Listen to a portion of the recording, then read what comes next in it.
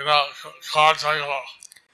অনেকেই মনে করেন যে দীক্ষা পেলেই কাজ হয়ে গেল, কিন্তু এই দীক্ষা হচ্ছে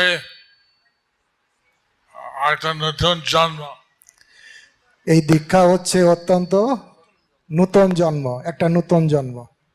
আগে জন্মার পরে অনেক আস্তে আস্তে মানুষ হবে, বড় হবে, এই জন্মের পরে আস্তে আস্তে মানুষ হবে, বড় হবে, এবং অনেক কিছু শিখতে হবে, এবং অনেক কিছু শিখতে হবে, অনেক কিছু সেবা করতে হয়, অনেক কিছু সেবা করতে হয়। এবং যেটা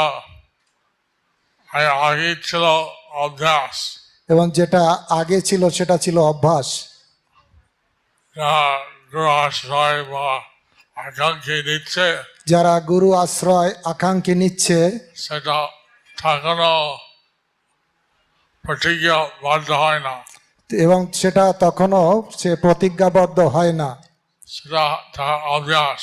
সেটা তার অভ্যাস। কিন্তু আল্লাহ আজকে সব প্রতিজ্ঞা করছেন না।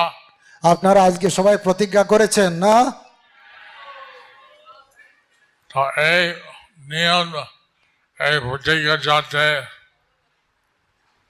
সংকল্পতে সারা জীবন পালন করো, এটা চেষ্টা করতে, এটা করতে হয়। এই সংকল্প বা এই প্রতিজ্ঞা যেটা করা হলো সেটা সারা জীবনের জন্য চেষ্টা করতে হয়। এবং এটা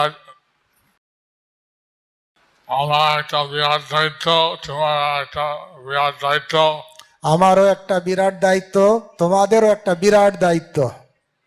যদি এই নিয়ম পালন না করো, যদি এই নিয়ম পালন না করো, এখানে আমি দায় থাকবো কৃষ্ণের সামনে। কিন্তু আমি তার জন্য দায়ী থাকবো কৃষ্ণের সামনে।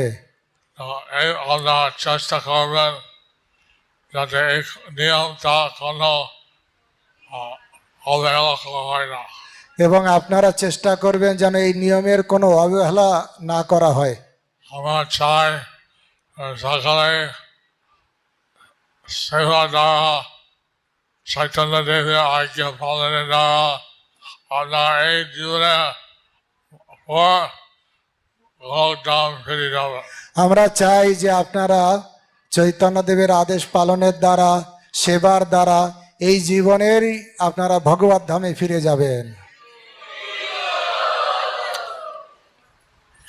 কেবল দীক্ষা পেলে হয় না, কিন্তু কেবল দীক্ষা পেলেই হয় না, আপনারা নিজেদের অভ্যাস করতে হয়, পালন করতে হয়, আপনাদের নিজেদের অভ্যাস করতে হয়, পালন করতে হয়, এবং আমরা এগিয়ে দিয়ে এইভাবে কৃষ্ণের কাছে যাবেন।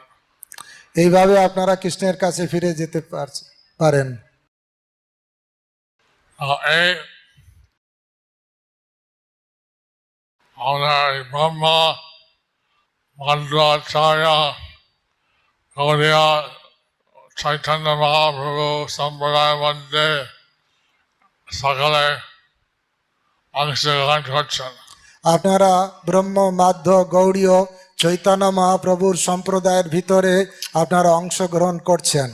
এবং সেটা অভয় চান ভক্তিবেদান্ত স্বামী প্রভুপাদ, উনি বিশেষভাবে কীভাবে করলে কাজ হবে এইভাবে উনি আদেশ দিয়েছেন। এবং বিশেষ করে ছিল প্রভুপাদ অভয় চরণ অরবিন্দ ভক্তিবেদান্ত স্বামী প্রভুপাদ, তিনি আদেশ দিয়েছেন কিভাবে করলে এটা বিশেষ কাজ হবে। আপনারা একটা দায়িত্ব সব সময় কৃষ্ণ সেবা করতে থাকবেন। আপনাদের বিশেষ দায়িত্ব যে আপনারা সব সময় কৃষ্ণের সেবা করতে থাকবেন। এবং এই স্বামী স্ত্রী দুজন উভয় পক্ষ থেকে যদি কৃষ্ণ সেবা করে এটা সব থেকে ভালো হয়। আপনারা স্বামী স্ত্রী সবাই উভয় যদি বাড়িতে থেকে কৃষ্ণ সেবা করেন তাহলে এটা সব থেকে ভালো হয়। বিবাহিত, যারা বিবাহিত, অবিবাহিত বা যারা